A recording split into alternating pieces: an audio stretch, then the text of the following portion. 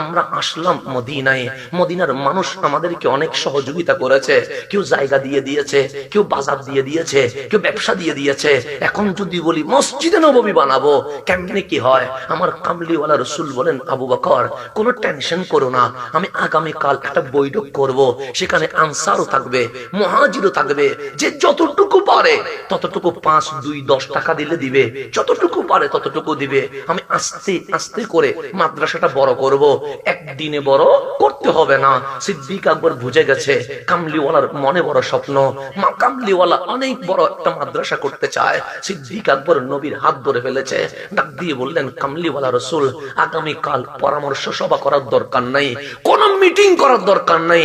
আমি আবু বকরের যা আছে সব আমার নবীর কদমে দিয়া আমি একলা মসজিদে নববীর জমিনটা কিনে দিয়ে দিব।